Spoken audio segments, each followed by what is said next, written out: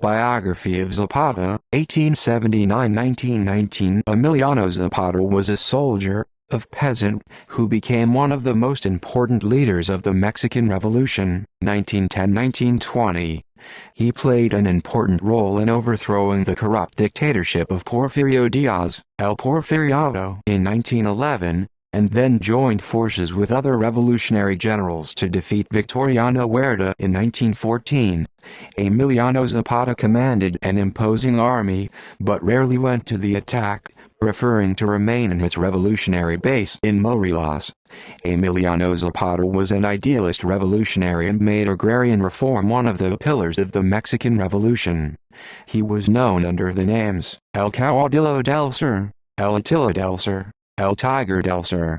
He would be assassinated in 1919. Emiliano Zapata before the Mexican Revolution.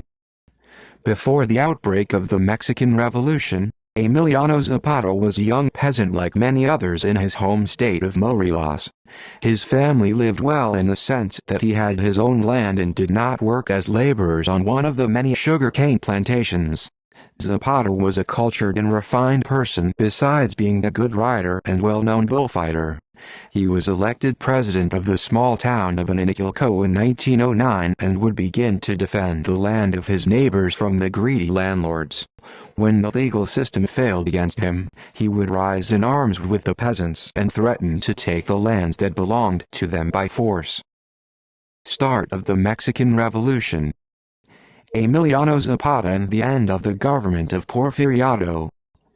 In 1910, Mexican President Porfirio Diaz would convene presidential elections in which he would seek re-election, but would compete with the National Anti-Re-electionist Party headed by Francisco I. Madero.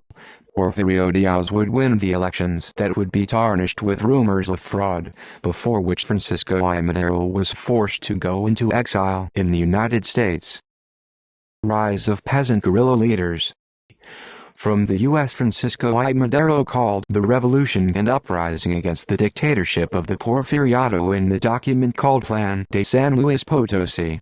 In northern Mexico, his appeal was answered by Pascual Orozco and Pancho Villa, who soon organized large peasant armies in the interior of Mexico.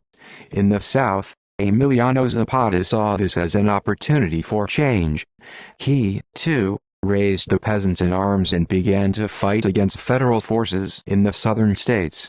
When Zapata captured the city of Cuautla, Morelos in May 1911, Porfirio Diaz learned that his period was over and he would go into exile in Europe. The Ayala Plan by Emiliano Zapata. The alliance between Emiliano Zapata and Francisco I. Madero would not last long. Madero did not really believe in the agrarian reform, which was what Emiliano Zapata had mainly fought for. When the reformist promises of Francisco I. Madero did not come true, Emiliano Zapata would lift the peasants against his former ally. In November 1911, Emiliano Zapata wrote his famous Plan de Ayala, where he declared that he did not know the authority of the government of Francisco I. Madero to betray the causes of the Mexican peasantry, besides proclaiming that armed struggle was the only way to obtain justice. In the Plan de Ayala, Emiliano Zapata would outline a plan for real and radical agrarian reform. The land belongs to those who work it. Emiliano Zapata would fight against federal forces in the south, near Mexico City. Before he could overthrow Madero, General Victoriano Huerta along with Felix Diaz would start a coup in February 1913, ordering the arrest of Madero and then his murder.